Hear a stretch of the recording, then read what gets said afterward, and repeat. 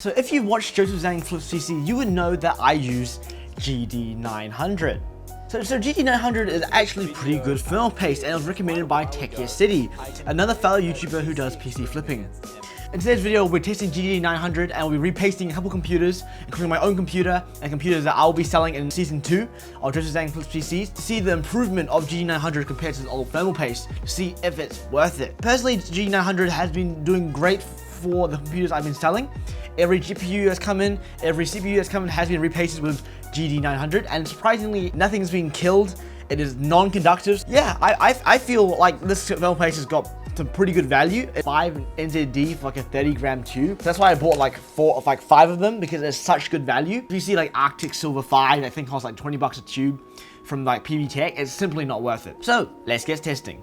So to run our test, the first computer we're tested on is the computer I'm going to sell. It has right now has an RX 570 in it, and it has an Intel stock cooler. So I bought this from a guy who probably got it from a school or a business. I doubt he has repasted the CPU. This is a great candidate. The thermal paste has probably not been changed for probably almost 5 years.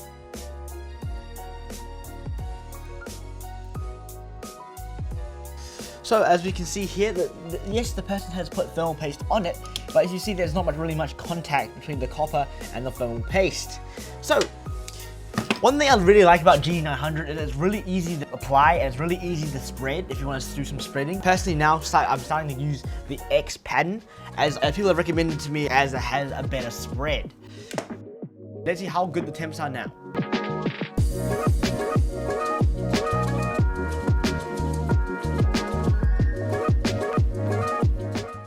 So to conclude for this computer, GD900 thermal paste dropped the temps around about 35 degrees, from around about 100 degrees, 102, about 60, 65 degrees. I believe that's a really great improvement, especially because now this CPU can go up to like around about 3.4 gigahertz on a boost.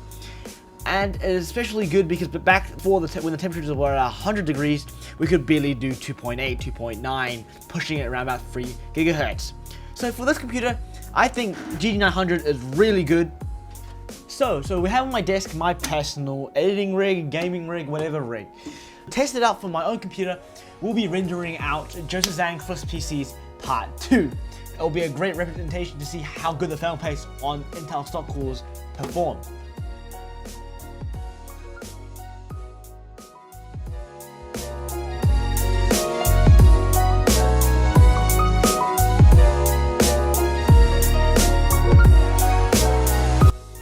Concluding the GD900 test on my own computer, it actually does worse. Max temperature was at 98 degrees with around about an average of 87. If I wanted better cooling, I'd probably ditch the stock cooler and go with maybe a Hyper 212 or some other cheap or affordable CPU cooler. So to conclude, GD900 is good and bad. So in the first example with the PC that I sell, we saw the temperatures of the CPU drop from 100 degrees to around about 65, which is good. One thing that GD900 is good for is the price. It costs literally $5 shipped to your door, I believe, from AliExpress for a big 30-gram tube, instead of those $20 for a really small Arctic Silver 5 tube, which is around about 3 grams. So I believe like GD900 is not really good for like consumers who only build one computer or want to maintain like one or two computers. But it's good for people like me who always need to be repasting GPUs, need to be repasting CPUs a lot. So pretty much for me, for my situation, GD900 is great. But maybe for your situation, GD900 is not that optimal. So thank you very much for watching this video. Comment, like, and subscribe, and I hope to see you in the next one.